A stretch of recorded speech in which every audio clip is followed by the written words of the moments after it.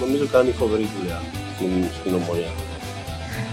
And we called taxi, and with Kilian, I opened the door behind, I put him in the taxi, and I closed the door, and I want to go inside, and Kilian go out there. You're gonna get someone messaging you afterwards saying, "Why did you mention me?" Hey, fuck them.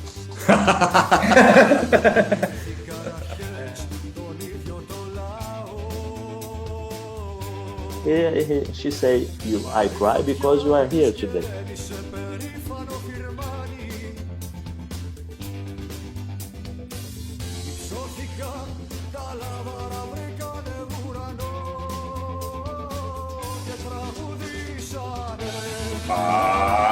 Πάμε σιλά καμουθιά μου λίγο αυρεγά μου τα μέσα.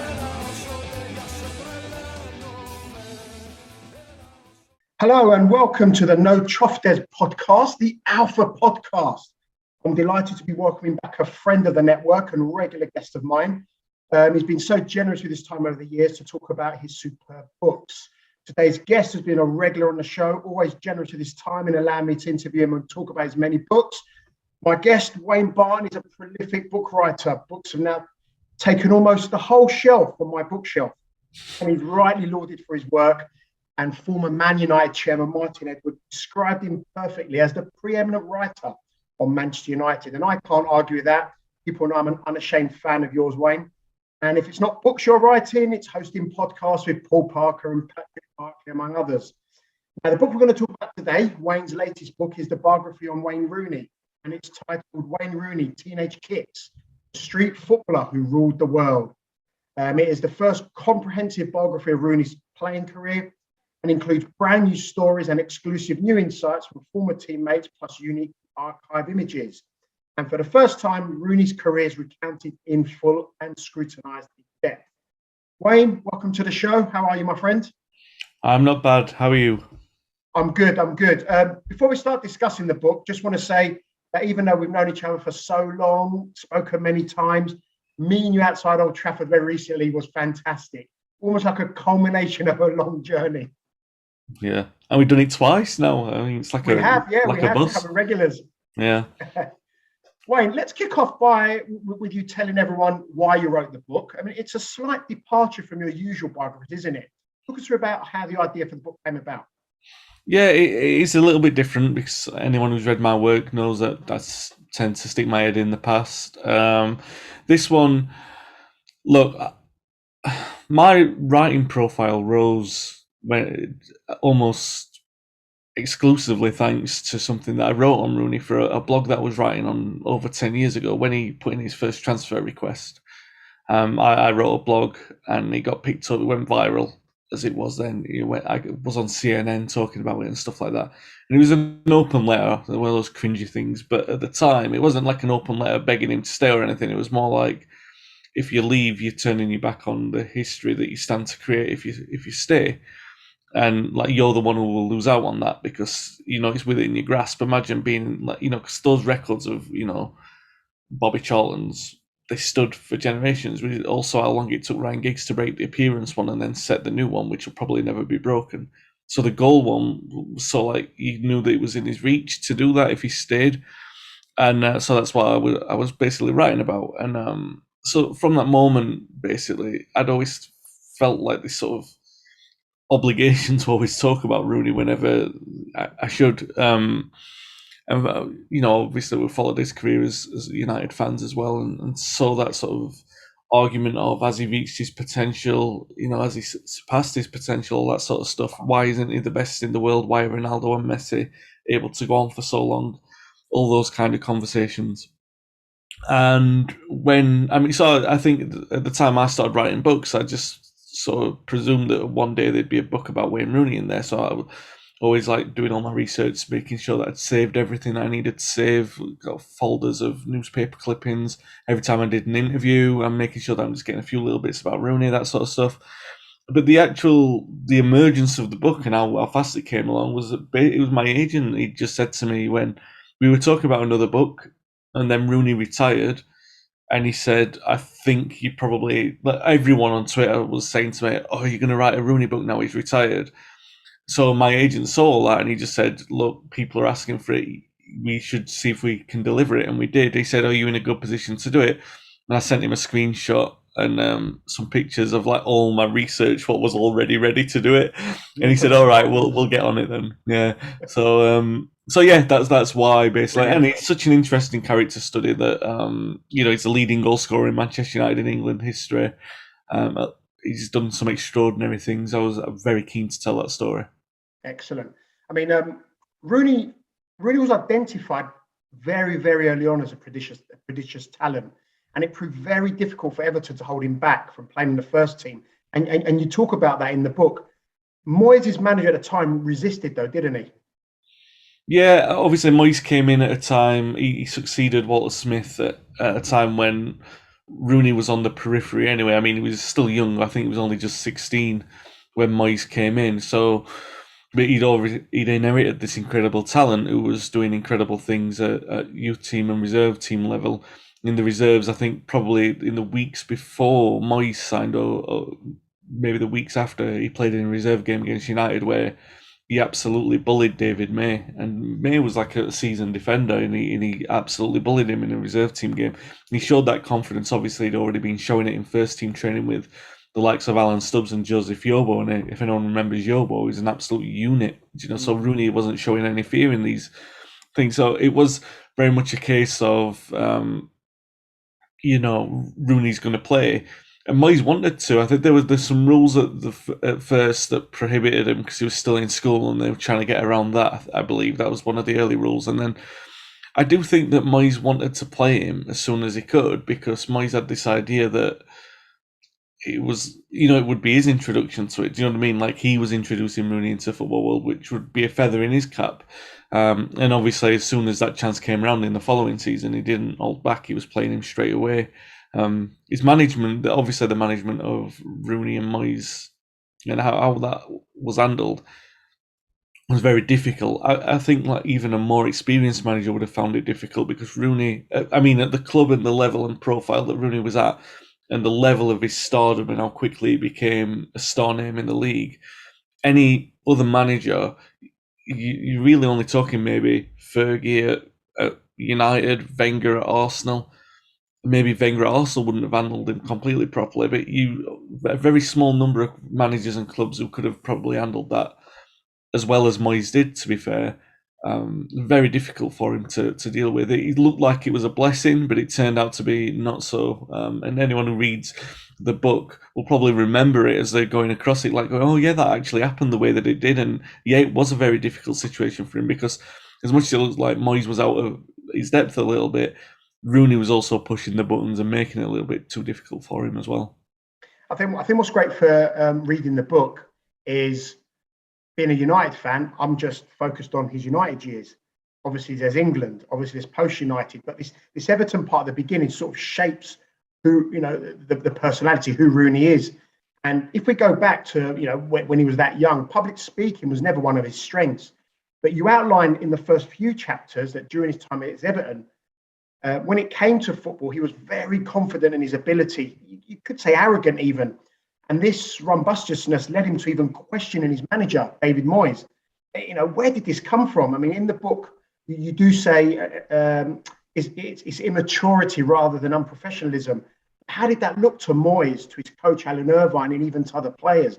Did they just accept it that he's a young kid and he'll grow out of it? Or, he's such a talented player, we've got to work with him on that? Yeah, I think, remember Moyes was a very young manager as well and quite inexperienced because he was coming from Preston, wasn't he? He was only just into top league experience himself, so he was dealing with it that way. I think obviously 90% of it was down to immaturity and the fact that he was so good. I've likened the progression and the burst. Really, they'd only seen, I can't think of anyone that young apart from George Best who came through, and obviously we're talking about a very, very different era of football, like 40 years separated. Rooney coming through and George coming through. George was a little bit shy. Rooney wasn't. He was kind of like encouraged by all of his sort of peers were encouraging him because they couldn't believe they got a player that good who was playing with him. Also, the older players took him under their wing as well because he was as good as them. So they wanted him around. Do you know, at United it was very difficult, a very different environment, both for the class of '92 and the likes of George Best, because they were players who'd achieved a lot in the game already. Do you know, and I'm not saying that the Everton players hadn't achieved. I'm talking about serial trophy winners. We know the level I'm talking about. So when Rooney comes through and he's being talked about as potentially one of the greatest English players of all time from the age of 15 or 16, it's a very difficult, volatile situation for them to handle. And he knew it. He did know because, again, the parallel with George broke into the side, and it only took him a matter of weeks before he realised he could do the things that he was doing to young kids. That was the same for Rooney. It wasn't long before he realised, look, I can just play my natural way and be one of the best players in the league. And once you've got that kind of settlement and that kind of confidence that comes from that, especially Rooney being from where he was from, and the fact that you can call it lack of education, or the fact that he knew that his future was in football, so he wasn't that dedicated to his schoolwork. He just wanted to play football all the time. Now, I'm not calling him uneducated. I think he was very streetwise and he knew the game very much. I'm talking about natural maturity as comes with age, and the fact that you're from a working class background and everything. You're missing 10 years of education and the way to behave and conduct yourself. It's only, when it came to moving to United, that you saw that he understood that he'd made mistakes what he was doing before. He actually addressed that himself. So the period of time where he's making these kind of childish mistakes, like mistakes, say playing football after he's played a game, he'd go on the streets and play with his friends, that would be classified as a mistake just as much as getting involved in a little scuffle with one of his cousins or something like that. These kind of things. But by that point, because Rooney was so good and he was so dominant in that Everton team, he could go toe to toe with Moyes. And the problem that you've got, what do you do with an empowered 16 or 17-year-old who was entitled? Very, very difficult thing for him to handle, especially a manager who wasn't as experienced in David Moyes. Moyes probably now would be able to deal with it a lot better than what he did at the time. Yeah, good point. Fast forward to Euro 2004, and that was quite a seminal moment for Rooney. He was sensational. I went online and watched some clips prior to recording this, and he bullied seasoned international defenders. He was like a force of nature, a battering ram. Was it what he did on this world stage and with those performances that piqued the interest of big clubs? And is this one reason United and Ferguson had to move quickly to acquire his signature? I mean, intertwined here is the falling out with Moyes. Take us on a succinct journey from Euro 2004, some of the issues with Moyes, and then the transfer. Was it a perfect storm for United to acquire Rooney? Yeah, there'd been a couple of issues at Everton where he'd wanted more money. They delayed a contract offer. They delayed the terms a couple of times and stuff like that, even when he was getting the new contracts. There'd also been an occasion where he took the armband. Someone had thrown him the captain's armband, and he was still only 18. And he wore it, and Moyes had told him to get that effing thing off. And you know what I mean? Those kind of things. He was like, well, why do I need to do that? Because I am established myself as a leader in this team, and you know, there's a certain amount of pride, right? You'd want to be the youngest ever Everton captain and stuff like that, and those kind of things were coming to the boil. There was a very strong rumor earlier, probably around January of that year 2004, that United had tried to do a deal to sign him, and Rooney had gone around telling everyone, his mates at Everton, that he was going to sign for United. Didn't go through for whatever reason.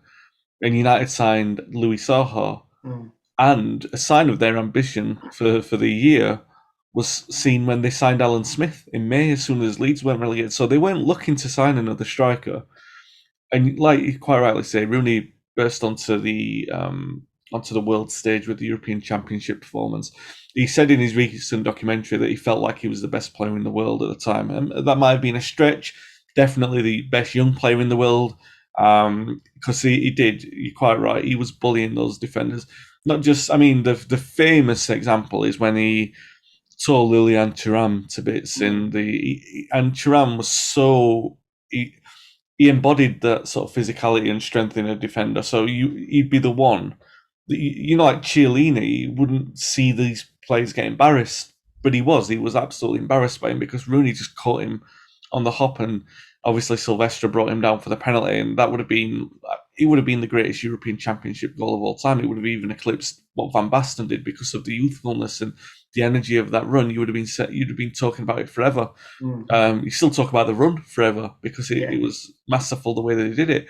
But then it wasn't just that. It was obviously the goals against Switzerland were one thing, but Croatia at the time, remember, they were a very, very seasoned team. They were very, very strong. They were the team that, like Sweden used to be a few years earlier, that if you weren't on your A game in an international tournament, they're going to take the result against you. So Rooney was the difference in these games, and he would have been the difference if England hadn't imploded against France as well.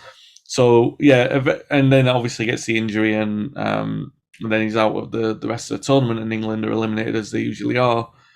But so Rooney's his sort of status in the tournament isn't hurt. He's in fact enhanced because now everyone's saying if he stays fit, England win the tournament. Is even the Everton fans already had the chant the white Pele, but then everyone was describing his impact in that tournament as Pele-esque. And in a way, obviously, that he was befitting because he deserved it because of everything that he did in that tournament. But then it became a little bit like a noose around him every time there was an international tournament.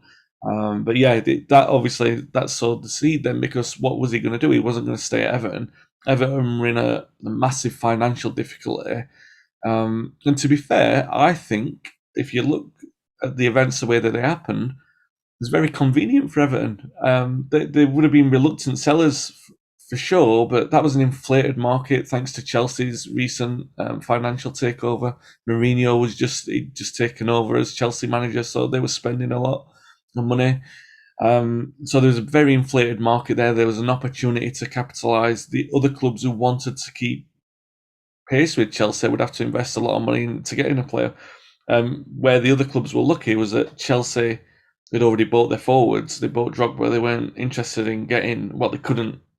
Even Chelsea couldn't justify getting a player like Rooney who wasn't going to be playing for them as much as he should be, because he was not going to be held back now. So Newcastle took advantage of that. United would have probably still preferred to wait that year because they were stocked in the forward positions. They didn't need another forward. And then obviously it accelerated as it did in the last sort of week of the transfer window. And as soon as Newcastle put the offer in, which was obviously very genuine, they wanted him.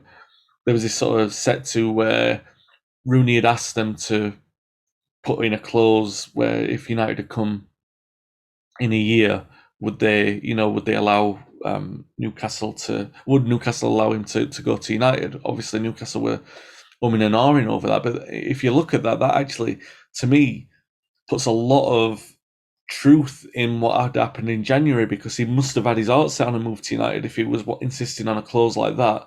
And obviously that accelerated United's interest, which, as we know, was successful. Yeah. So on to United and that debut, absolutely sensational, as we know, and so very Rooney. As a renowned United historian, Wayne, can you think of a better debut for United? No, it's one that I've had. Of course, you have to think about it, don't you? It's one of those. You look back, and there have been some great debuts. I mean, we all remember Ronaldo's because it was so dazzling and so. Yeah. Ronaldo's probably more caught you off guard than what Rooney's did. I'm not saying Rooney's was expected, but you already had a buzz around Rooney. There was a certain buzz about Ronaldo, but it was more the unknown, wasn't it? And oh my God, what's he going to do? Cantona didn't start particularly. He didn't start in the fashion that we'd become renowned for throughout his career. Best had a good debut, but he was out of the team for a few months after that. Giggs made an impression a couple of early on, but in terms of impact and a global statement, it's the best. It's got to be the best debut in United history that I can think of. I've enlisted all those. Bobby Charlton scored twice as well. Duncan Edwards made his debut in a 4-1 defeat to Cardiff. We're talking the Champions League, Old Trafford, under the lights, and he plays with a fearlessness. Again, it shouldn't have been that fearless for him. He was just unbelievable. I remember we were sat in the North Stand. Pretty sure it was Tier 3. We had a bird's eye view of it, and we'd scored earlier on. I think Giggs had already scored, so the game's already been won. We're controlling it. It was Fenerbahce, we're expected to win, even though Fenerbahce were the team who ended our unbeaten run at home. We were expected to win this one. We were controlling it, but then Rooney just stood up and just sort of seized the game. He made it all about himself. His 2 goals in the first half. He had this way. United are good like this, and I know other clubs are as well, but United in particular, and I say this because I support them, and it's obviously with bias, so I know other clubs will say, but we've had something similar, and you may well have. United have this knack of, wherever you are in the ground watching it, or even not in the ground, it's like a storyline unfolding. You can see it happening, and you can see I think it's the second goal where the ball rolls across his body and he shifts and he just it's going to go in because of the way that it's exactly what he's done in the European Championships for one of the goals. He's done it a couple of times in the league for Everton. He's got a trademark finish at the age of 18. Funnily enough, I don't think that stayed with him for the rest of his career, but at that time it was kind of like the Rooney thing. And then he scores the hat-trick in the second half, and you know when the free kick is given, even when Giggs is placing it down, Rooney's going to take it, and you feel like it's almost like momentum's dragging the ball into the net. It's not even Rooney doing it himself anymore, and everything about it is so memorable. Even going down to the ripped shirt, the fact that he's, it gives that impression of him just being a kid off the street. The shirt's a bit too tight. I don't want this. They might as well have dragged him in off the street. And he plays like that on the biggest game of his career club career today. And what was it surprising, considering we'd seen what he could do in the European Championship? We'd seen him against. This is another comparison I make to George, and sorry for dwelling on these, but I think the early career is very, very similar. It was only the stage that was defining how good he was. So when he was playing in the Premier League for Everton, he was like as good as you would expect a player could be playing in the Premier League for Everton. And then when he plays on the big stage with England and you give him a chance against France, well, he's as good. He dominates the French defence who were winning things at international level. So when you get him in the Champions League and he scores a hat-trick on his debut, you're thinking, there's no ceiling to what this lad can achieve. And I wrote, it's a moment that stayed with me so much that, as you know, it forms like where it comes naturally in the book, and it also forms part of the conclusion of the book, because from that moment on, really, once he was ours, once he was a United player, he was such an evocative player that it was memories that you measured him in, really, and that was the first one that we had. Absolutely. As early as chapter 7, Wayne, you asked the question which pretty much followed Rooney for his whole career, and where does he fit into the side, or more pointedly, what is his best position? Everyone's got a view, everyone's got an angle. What's your view? I liked him playing as a number 10. I thought that where he played, but there were different. Like, he had, even when I'm looking back and I'm thinking of Rooney at his pomp when he was completely fit and he had the great players around him and he wasn't asked. Like in later years, he was either lumbered. For the better phrase, he was basically forced to play up front because he needed to play up front, or he was forced to play in the number 10 because we had Van Persie there. In the earlier years, when it was a lot more fluid and he would be popping up in different areas, I still, have a fondness for playing on the left-hand side and stuff like that. Do you know what I mean? The various roles that he was doing and still being a magnificent player at. But I think the sort of 06 to 08 period where he was playing in that number 10 role, because he was as unplayable as Ronaldo sometimes. He was having his own games. I know Ronaldo's star went stratospheric, and as I've explained in the book, and I'm sure you're probably going to talk about that at some point anyway, how their paths intertwined.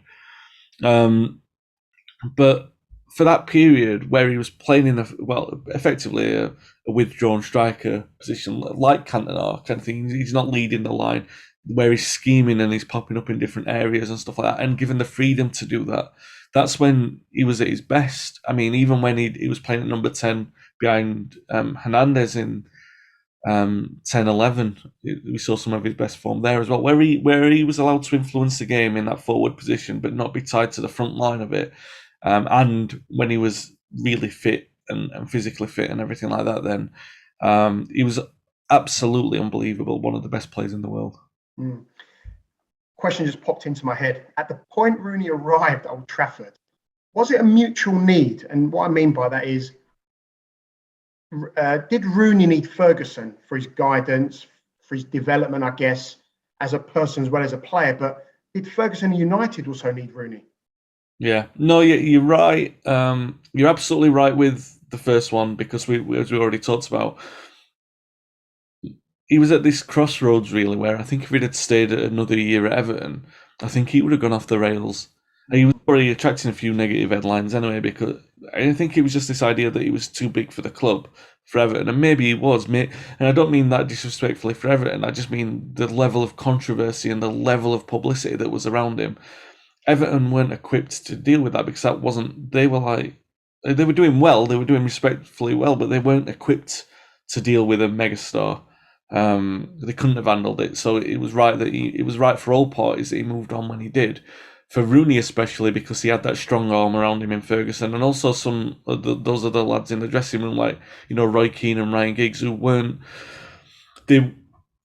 He was accommodated and almost indulged a little bit by the likes of Duncan Ferguson and Alan Stubbs, who saw the charm in him. They really took to him like from when he was a young kid. But at United, they wouldn't stand for like the little scuffles and stuff like that, or playing on the streets, because he was playing for United and they wanted to win things. And if he wasn't being 100% professional, then they wouldn't have a great chance as winning something. And so obviously Keane and Giggs and Neville, those aren't going to stand for that. And he knew that himself, Rooney. So he was already booking his own ideas up, appreciating this is the sort of raise in my own standard that I need. So for all parties, yeah, it was a move that kind of needed to happen when it did, and it worked out for everyone, I think.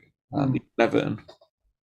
Well, in the past, we've talked about the longevity, the majesty of Ferguson's reign, and how there was a constant thread of success with players arriving and being amongst players who knew what success was, and how this was passed from one team to the next. Yeah. This know-how being passed from one player to the next and to the new arrival. In the book, you make the observation that at the point Roy Keane departed United, he had already passed this on to, and you called it the generational baton, on to Rooney. It was only 19 or 20, but he was ready though, wasn't he? Yeah, because it was about a year or so that they spent together, and Keane rubbed off on Rooney a lot. You could see that. Also because Rooney had a natural fire in him and a natural competitiveness. He wanted to score goals and he wanted to win games. And once he knew that, that kind of personality would be accepted at United and even demanded in a certain way, the way that Keane would speak about people and the way, that it was accepted that he would speak as long as he was speaking for the good of the team and wanting these high standards, then he could fit in and Rooney could say the same kind of things, because as long as he was proving his own potential, then he was entitled to do that. So yeah, he definitely rubbed off on him in a major way, but also in the way that they played on the pitch as well. Because for that generational baton, like I said, needed to be passed on because it needed to be represented in the team. It wasn't the game was changing. It was a lot more possession based because of the fact that Mourinho and Benitez had brought in this pragmatic style of killing games, and it was a lot slower. So that kind of energy wasn't going to be in midfield. United needed it in the front line. They also needed it at that time because Ronaldo, he had his own personal drive. And going back to, I guess it ties into the last question as well, is it took a little bit of the pressure off Ronaldo and allowed him to develop at his own pace rather than having to, be a lot better. Because he was really struggling for a little bit of time, Ronaldo, there, and the crowd were on his back a little bit. So Rooney coming in with his own inconsistency sometimes, don't get me wrong, but it took the pressure off Ronaldo a little bit because now the crowd knew that they had two of the best young talents in the country. And yeah, they had this sort of energy around the front line, didn't they? That which Rooney was doing that. He was pressing from the front, and which was making a massive difference to the way that United played because they didn't have that. I know Van Nistelrooy wasn't a shirker by any stretch of the imagination. Neither was Sahar, neither was Solskjaer, neither was Alan Smith. Perhaps Smith applied this more than any of the others alongside Rooney, but that work rate to sort of close people down, it was transformational in the way that United played for that next generation because of the way that the game was shifting as well. you sort of touched on what I'm about to ask you now in your answer just then. Did the requirements of the modern game necessitate sort of a stifling of his natural instincts as a player? Not totally, but I would put it like a subtle refinement as befits the evolution of the game, where team structure is required, a process are far more important. So what I really want to ask is, would Rooney have thrived more in previous generations? No, yeah, I think that's a really good question. And what I'm going to use a very different comparison here, but it's definitely related to the question that you're asking. I was talking to, obviously, anyone who listens to this might know, I know Jules Majorana quite well. He was a lad who was plucked from non-league football in '88, and he was put straight into the United first team. Didn't play that many games. In the first couple of games where he played, he was dynamite. He looked scarily good. But then he was out of the team for a long time due to this kind of need to refine him, because, as Jules himself admits, he was a lad playing football on the park. He had ambitions of being a professional footballer, but he didn't have any idea what that meant in terms of the way that your game has to be completely different. You know, you have to be responsible to the other 10 players around you. You have to be positionally aware. You can't just be trying flicks and back heels and these tricks on the halfway line just to get a rise from the crowd and everything. You need a responsibility to win the game, and sometimes it is a lot more sterile. The difference with Rooney is that he had this insatiable desire to know about the game. So it is more like refinery. That's the way that I would say. Yes, there was the natural, that natural burst of thing, but it's more like, you know, when you get to the age of 21 or 22, we start asking yourself, which you wouldn't do when you're 16 or 17, is this the right thing to do? And now it's not going to be naturally a question that's going to take 6 or 7 seconds to answer. It might only be 1 or 2 seconds to answer. But the things that he, like he was whacking volleys in and chipping the ball in from, like, in his first season, he was just doing the things that he just wanted to do, and he was liberated to do that. But in the subsequent seasons, as United were, like, their ambitions were getting higher, by the way, in the first couple of seasons that Rooney was playing, and the ambitions were high, but they weren't achieving. They were like finishing second or third. They weren't close to a title push. Now, as Rooney was 20, 21, now they were serious championship contenders, and Rooney needed that. He needed that forward step as well. So the better that he was getting, the better that United were getting as well. So you've got to say that coincided. And yeah, I know what you're saying, the natural, because that's the age-old argument with Rooney. Did you take some of the fire away from him when he was younger? But yes, possibly. I mean, you can definitely see that, because that burst isn't there. But at the same time, he was better. He was a better player, and United were achieving more. So the argument speaks for itself. And once, that's the experience of a Keane, a Ferdinand, a Giggs, a Ronaldo. All these lads now, it just made him a better player. He's more positionally aware. I talked to Rennie Mullenstein for the book, and he praises Rooney's intelligence non-stop, which a lot of people didn't. So he obviously, if that's people who know him close hand, they know how good he is, and they appreciate how good he is as a footballer and how smart he is. That came with age, but he was obviously very interested in the tactical side of it. Mullenstein would joke, just to get a rise out of Rooney, that they based entire training sessions around Rooney just because his intelligence was so high. Yeah, and I think that answers the question, Mike. Yeah. I hope he does anyway. I think. Yeah. Thanks for. Yeah, no, it's good. It's good. I mean, you mentioned Rennie Mullenstein there, and there's parts of the book which you quote Mullenstein and his interactions with a young Wayne Rooney and his thirst for knowing more about the game. Having read the book, we shouldn't therefore be surprised how well he's doing as a manager now, should we? The way he manages the media, the way he's managing the scrutiny at an incredibly tough job at Derby. It's almost like from a young age, it was just going to happen, wasn't it? Yeah, from a footballing point of view, I'll make my last George Best comparison, and it's to do with the fact that everyone who talks well about George, the ones who really studied his game, would say he was a player who could play in any position in the team, and he'd play it well because he understood the demands of playing in that position. Rooney's similar. Anyone who talks about Rooney, and they're the only two players, and that's why I've made that comparison a few times, not just because I wrote books on them both, but they're the only two people I've ever heard talk about like that, that they could play in any position. and play well because they understand the demands to play in that position. That sort of sets him up for a good role as a coach anyway, because you would know that he knows what is needed in those different positions.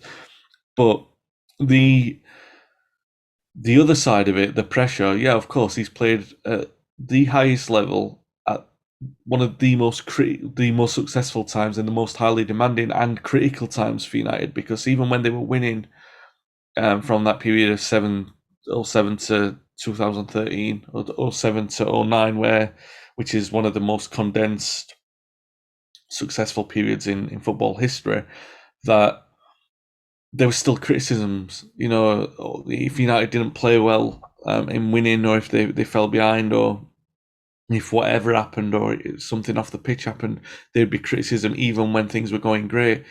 And the same at international tournaments. Rooney carried that can for maybe three international tournaments. He was cited as the major reason for why England didn't win anything. So he was always there as public enemy number one sometimes, very divisive figure. He knew what it, as crazy as it is, he knew what it was to be hated by the fans who love you at Everton, at United after the transfer request. And it's a lot for a young man to go through. He's still younger than both of us, Mike, you know, and he went through all that, and obviously he made mistakes, and he's gone through them, and who knows, he'll make more probably.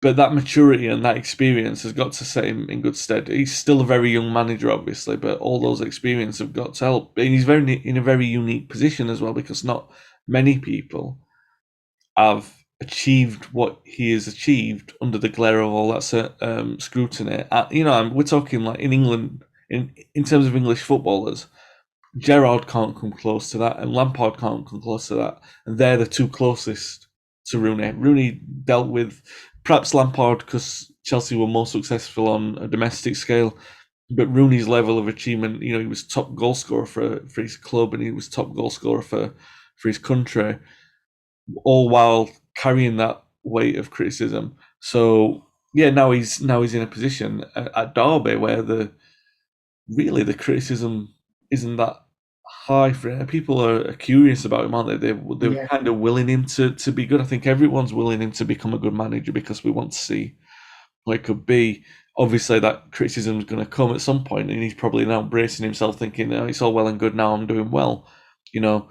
But yeah, I mean, it's funny because I've talked to different people about this. Like, what is finishing second with United worse than relegation for another team? Those kind of weird dynamics in you know, like, is underachieving at United worse than bombing with a team down the leagues and stuff like that?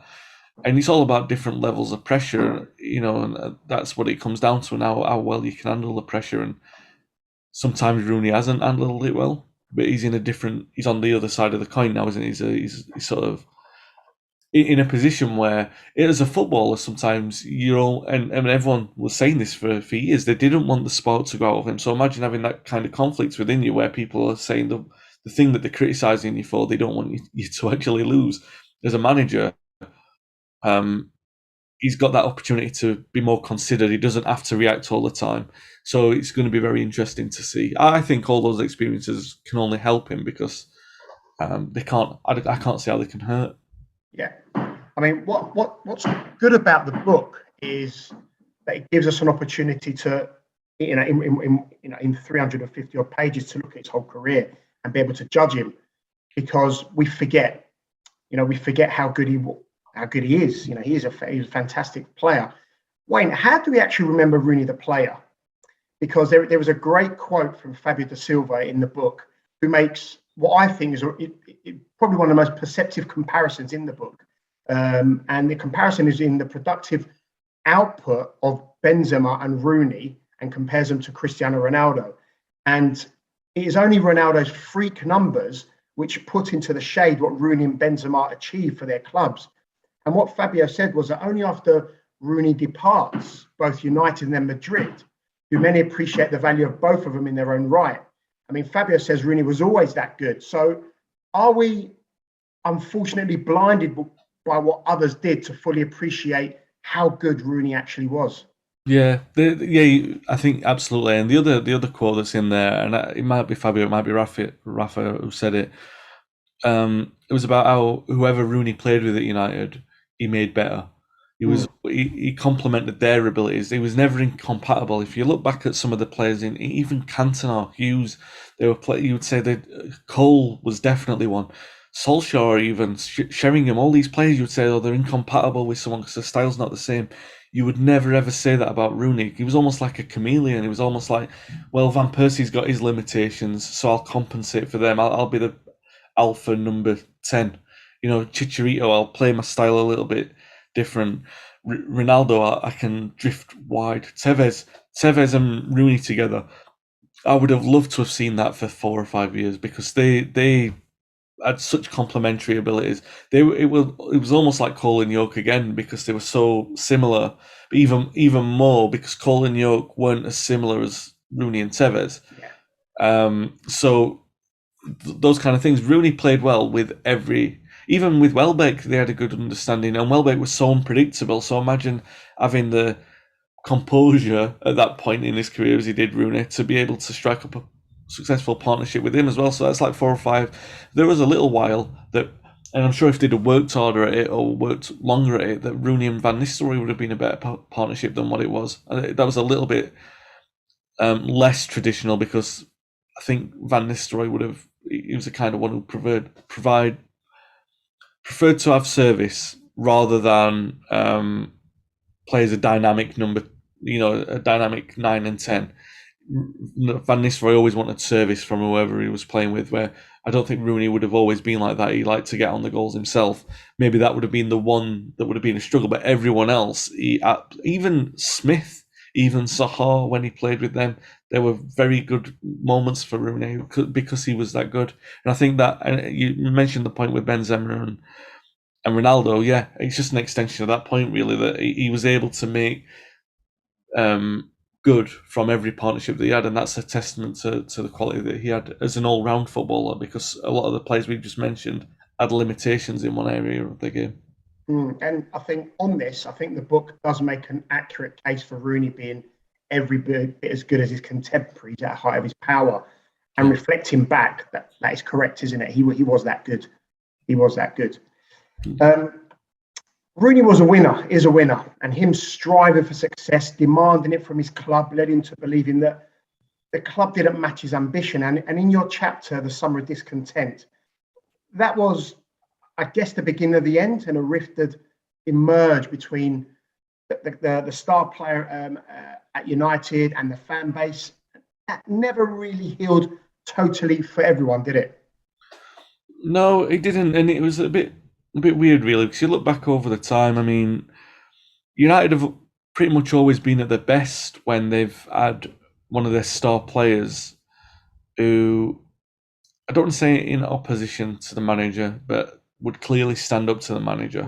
A player who was brave enough to do that, going all the way back to Roger Byrne with Matt Busby, Martin Buchan with Tommy Docherty, Brian Robson with whoever he was with, Roy Keane, certainly with Fergie, and Rooney, who would have seen that, and he would have seen the likes of Giggs and Neville be able to hold court with Ferguson and not necessarily bow down to every single thing that he said.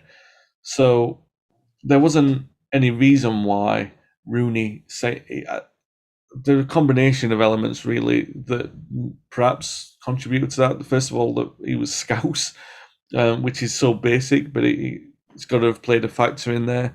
Second, that I wonder if you could put this on Fergie more than Rooney. The fact that Fergie was the one who made it public. He was the one who said that there was a transfer request and that Rooney wanted to leave.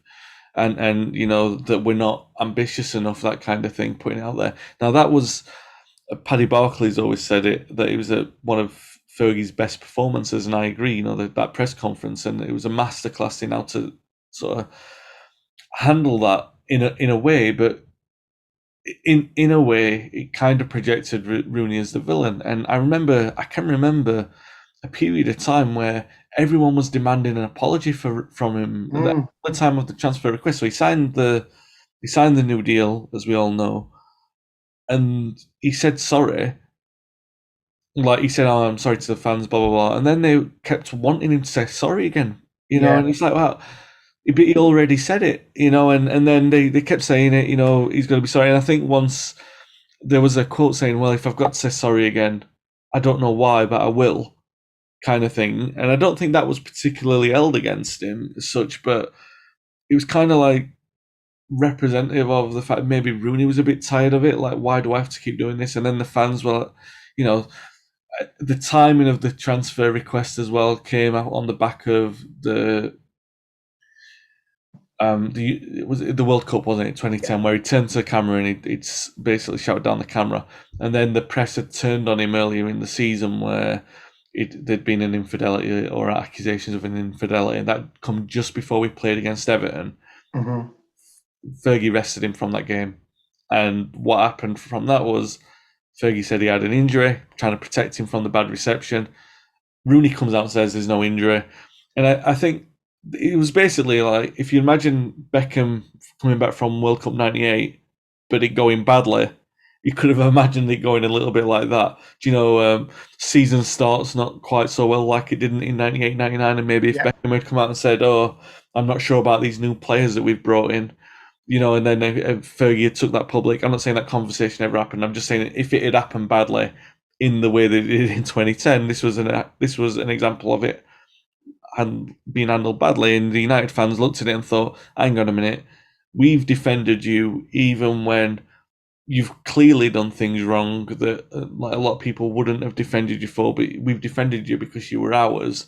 And that's what you do in tribal football matters. You do it like that. So we were hurt by that as well. A lot of fans were. And even when he came back and did so well at the end of the season, there was still that element of the support who would never forgive him again. And a lot of people wouldn't. I don't know if... I know I knew some people at the time who said that they'd never cheer another Rooney goal. Now, he went on to score a lot more goals, so I don't know if they never cheered another one. But if they didn't, that's a long time to have that kind of dissent in the relationship. And I think that a lot of it stems from that. It was quite complicated, to be fair, but I always knew you could see how complicated it was anyway. So I was, I don't know, a lot more. I'm not going to say forgiving. I don't know if that's the right word anyway. Accepting. Yeah, and the other element is, and he came out and said it recently with the documentaries, that all the fans were saying the same. We all wanted to know where that Ronaldo money had gone, and we were all saying that Valencia and Obertan and Michael Owen. I remember that I've got Time Up on Facebook comes up and it reminds me every year, and I did a post when Michael Owen signed, and it was like the 7 stages of grief, which was, please don't let us sign Michael Owen. Please don't let it be real. Please don't let him get the number 7 shirt. All those kind of things that all actually happened in that kind of pattern. And yeah, a lot of us were asking the same questions as Rooney. I think it was more the fact that, and today people are crying out for players to challenge the hierarchy in that kind of manner, and you wouldn't call them betrayals. But I think it just happened that Fergie he'd built this brand of loyalty that he just wouldn't go against Fergie, and it seemed like that's what he was doing, and Fergie was counting on that, and right he was, because it was a masterstroke in the way that it turned out. Yeah, absolutely. We can't talk about Rooney and not discuss his best moments, his best goals. If asked, many will say the goal versus City, wonderful overhead kick, is Rooney the player in that moment. And we can't deny the importance of that strike. In the book, for me at least, it is dealt with quite expertly and with such, dare I say, love. I mean, that one passage in the book, for me, poetically encapsulates not only Rooney the player and his place in United folklore, but also your writing, Wayne. So the strike is seminal, world class, but the writing and the way you tell the story and paint the picture is just as good for me. It is beautiful. And what I want to ask you is, did you think, or do you think about how you are to write certain parts, conscious that there are important moments and that your writing has to do it as some sort of justice? Or is it off the cuff and the words flow? No, it was definitely something I was conscious of. Obviously, the theme of the book, particularly when you reach certain crescendos, you're writing and it was very deliberate. It's a book about an evocative player. You're talking about these emotions. I remember them vividly. I lived these ones. Like when you're writing an historic book of George Best, you try and describe it as powerfully as you can. But when you are writing about something that you lived and you experienced and you were there in the moment, you try and put that in the bubble and present it for the reader, which is what I tried to do, because Rooney was like Zidane must have been a similar experience for people who watch Zidane. Very different players. Cantona is another one, I guess, that everyone's experience of that player is a bit different, but what you try and do is you try and put into words how you felt, try and make it universal in the way that it can be absorbed by the reader, and then hope that it resonates. And then even if they don't necessarily agree with not even agree, but if the way that you are describing it doesn't describe how they felt, it takes you back to that moment to allow you to remember what you felt when you were there. And that was the important thing for me, particularly with that goal, because it was a strange day. It came on the back end of this, he's only just back in the team. His form hadn't been great. We weren't sure if this, have we just committed a load of money to this player who he wants to go to City, all that sort of stuff. We weren't sure. And the day that we were there was a load of people over from different places for some reason. We had friends over from America who were at the game, a friend over from Australia, friends over from Malta. We were all there at the same time. And that's what, with the regular gang who we went to the games with. And where we were on the day is we were stood on the east stand across from Dan, my mate Dan Burdett, who the book's dedicated to. We were like basically on the same row. So when he scored the goal, I turned to find. We were celebrating, of course, but I turned and it was almost like Dan was still and I was still in the sea of mayhem. And I'm sure if I'd have turned back to look on the pitch, Rooney would still be still in the air. Do you know what I mean? It was that kind of moment. He'd still be there, like just say, "Oh, what's happened here?" As time stood still, and he looked what I felt like I looked like. Do you know, like what has just happened? And yeah, you do. I wanted to try and get that across in the book. That feeling of not only that it felt that way, and it kept coming as it did after the transfer request, the fact that it was against City, who were the noisy neighbours, all that sort of stuff, but also the fact that it was about the moment and it was about the experience, and to sort of remind you that football is at its best when that is the case. So I was very, very aware of that, and on some of those moments, particularly that one, I was very keen to try and make sure that I articulated it in a way that even if it's not like this is how you would feel exactly how I felt, that it would transport you to remember how you felt at that time. I'm glad you answered it that way. That's the kind of answer I wanted, actually. The fact that I'm just writing and it's just coming and flowing. I'm glad that it was a conscious, it was a thought, it's an important part of his career, and also it's the cover as well, isn't it? It's the cover of the book. That also, wonderful cover. Yeah, and obviously I didn't know that at the time they would be the cover, but obviously it was one of those. The other thing is that, like I said, I've been preparing to write this book for such a long time that I've been preparing those kind of things in my head for a long time. So I've been, you've been thinking, how would I write about this? How would I describe that? How would I describe the build-up and everything? Even like, going back to, it's all set in the scene in the game against West Brom when he was brought on and it was a 2-2 draw and the atmosphere was really bad. This was the day before the transfer news broke and everything like that. So, the transfer request broke. So he's sort of setting the scene of this like long build to this moment. And obviously what followed, because we won the title that season. You have to think, you don't have to think about it, but when you're a writer and you've written this many books and you know that you're going to be writing about something in particular, then obviously you're naturally inclined to think, I've got to make sure that I remember to say this or remember to say that or remember that I felt this or that I saw this or I saw that. So yeah, it's great insight into how the writer thinks. For me, probably one of the most surprising part of the book comes near the end, and it's a here it is moment of where he is now. I know we've we've already touched on about him being a manager at Derby. But you write and quote how he loved working under Louis van Gaal, and yet we as fans hated the football. What is it about the forensic detail of Van Gaal's coaching style that Rooney admired, and yet the football that was served up was, I guess, boring in the extreme? Is it a look into the future of Rooney, the manager, who's going to be quite technical, quite detailed? And can we ever see him in the Old Trafford dugout? Yeah, I don't know really what. It might have been the indulgence, the fact that he was indulged from day one in a way that, Moyes had to indulge him because he was basically, he started in a very difficult position, Moyes, and he needed to keep hold of Rooney, so he needed to be indulged. Van Gaal didn't need to indulge people, and he famously didn't. So if you weren't in his good books, then you were gone. So I guess in a certain way, there was like a badge of honor to be indulged by him, and the way that he was at the time when everyone was saying that he was on the decline would have been an ego boost for Rooney as well. The other stuff, the tactical stuff and the stuff, Rooney was, after a year of Van Gaal being there, Rooney and Carrick confronted Van Gaal about the training and everything like that. But Van Gaal, he sort of disregarded that, didn't he? It's not necessarily a confrontation, more a discussion.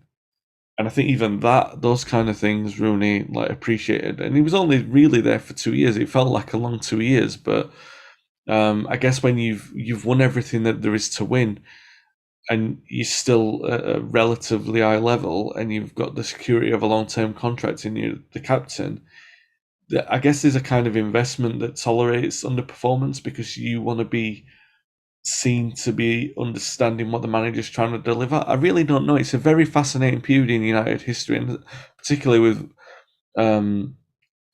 with Rooney, because he went on to say, didn't he? And I don't know if this is the key kind of thing that he works with. Maybe it was just a dig at Fergie, but saying that Van Gaal was the best coach that he'd worked with. And remember, Rooney worked with Mourinho as well. So yeah, I don't know. In terms of what he's going to do as a manager, that's the thing that we don't know, right? You see all the other stuff, the intangibles. Like, he obviously can get the Derby players fighting for him, and so you would presume that he can. That's a quality that he's got within him to make players fight for him, which is a very difficult thing that you can't take for granted. If that lasts, if it's not just because of the situation that they're in. The other stuff, like, is he tactically aware as a manager? Can he play good football as a manager? Is he able to do that at the high level, which aren't easy things to do? They're all the things that we're waiting to see, right? I think if that part of it's impossible to predict, but all the other stuff is the stuff that you might have said over the last few years that United have been lacking. The lack of desire, the lack of knowing what it takes. Solskjaer knew what it took, but obviously wasn't very effective in translating that message to the squad because they weren't playing in the same way that a Solskjaer did. Maybe Rooney would be more effective at translating that message for a modern footballer. It seems like he's doing, at Derby at least. So maybe he could do that at United. Maybe he'd be less accepting of standards. Solskjaer was a public face. He'd very much talk highly of the players. Maybe Rooney wouldn't be like that. Maybe he'd point the finger the other way around, that kind of thing. I always thought that when Mourinho was a manager, it was an inevitability that he would end up at United. I'm not saying I definitely feel like that with Rooney, but I feel more strongly about that. And by the way, this is going to come out in a certain way, so I hope people listening to this don't think I'm saying Rooney should be next manager. I'm not. I'm talking 4 or 5 years down the line. I feel that there's more an inevitability that Rooney would be a United manager than probably anyone else in football. I'm talking Ten Hag and Pochettino. These are players, managers who people mention with the Conte. They mention with the job all the time, but there's something about them that I'm thinking of. Well, there's obviously a reservation. You're not quite sure. Do they really fit United? Blah blah blah. But it just feels like the trajectory of Rooney and United seems like it will meet again at some point. Excellent. Before we go, Wayne, a couple of quick ones. Firstly, what is your favourite Rooney moment? It's the one that I described in the book, in the conclusion. because you try and think of the goals. It's the question that everyone always asks. What's your favourite goal? Like we did, we'd already talked about the overhead kick and everything like that. But I think the moment is the Champions League debut, the debut for United, because I was there with my brother, and it was just that feeling afterwards, that the buzz that you've got after, because I mean, you're watching it unfold, and it unfolds, and it's happening so fast that, you know what I mean? It's like, oh my God, is this happening? And then afterwards, when you're walking, we went back to the train, so getting on the tram and stuff like that, and you're just walking down the road thinking, oh my God, what have we just watched? We kind of want to watch it again, but it won't be the same, but what have we experienced? And it's only really like you're thinking, what have we experienced? Because it's kind of like you think that you've seen something incredible, but you only really will know that in 20 years. Yeah. To know how incredible it was. And at that time, we felt as sure as anything that you'd seen the start of something really special. And obviously we had. And I think that's the thing that stays in my mind. Obviously, every England fan who was at Euro 2004 would have probably felt similar, and from an England point of view, or even Everton fans who were there when they saw him score against Arsenal. But to be there that night and to sort of remember it. Also, like, this isn't a thing about match-going fans or anything like that, because it's not. For a long time, I haven't always been to matches. But when you go to a match and you've got a memory that's from a special game, something special's happened, and your memory, let's say, is from an angle that isn't seen by the television, like the two angles that I've got that I always remember are I was in the North Stand for both of these games, the Newcastle volley and the Fenerbahce debut, and you don't see replays of those goals scored from that angle. So I've got that imprinted in my memory forever. Do you know what I mean? And that makes it a little bit different because you've seen it a little bit differently. That's it for me. That is debut. What about you, Mike? I'll ask you. I'm pretty sure. First, I think we played away at Charlton. I think, and I think that was the first time that we sang the Rooney song. Yeah. Pretty sure the White Pele one, and it was just all, we were just all buzzing. Pretty sure I'm pretty sure that was that's something that I remember in terms of just the song. It was a great chant, and sung everywhere, home, away, and it was at Old Trafford the other night as well. Yes, it was. Yeah, absolutely was. Yeah, and that for me is also part of the Rooney story, that he had this great chant as well. And we know he's not Pele, but he was great for United. He really was great. So that's probably one of them. But there's loads, isn't there? There's loads. It's just the goals, the way. I'll tell you one that just popped into my head, and I remember reading it as well, is what he did when he was at DC United. That was Rooney, where he tracked back, got the ball, turned it around, and they went and scored the winner. I mean, that's him. That's the playground footballer. That's a teenager who ruled the world. That was it. Lastly, Wayne, last question, and I always ask you this: what's next for you? Any new projects you can tell us about? Sammy McIlroy autobiography is out in a few weeks, and then the biography of Duncan Edwards, which I've finished, and just waiting to sort of hear news on publication stuff like that. But we found a home for it. I'm very happy. It's the right place for it. I'm really excited about how that's going to come across. That's an authorised one, isn't it? So the family. Yeah, authorised. I'm with his family. I've worked with his family, interviewed his family for it as well. Brilliant. So that, it's very. There's a lot of new information in there about Duncan, and there's some other stuff, Mike. I'm sworn to secrecy, but I'm working on something at the moment that's really, really exciting. It's really good, but I'll talk about it off air because me and you are friends. I can't. It's not one that I can't make. My lips are sealed as always. Brilliant. Wayne, that's it. The book is out now. Tell everyone how they can interact with you on social media. They can talk to me on Wayne S. Barton on Twitter and on Instagram as well. Excellent. So, Wayne, thanks for coming on the show. Thanks for sharing your thoughts on your latest book. I'm sure I'll be talking to you soon about Sammy's book and the Duncan Edwards book. And it's always been an absolute pleasure. This has been Mike Pieri. You've been listening to the No Choftes podcast. You can find us on YouTube on Twitter on @ShootTheDefense. My Twitter is @StelPieri. And until next time, goodbye.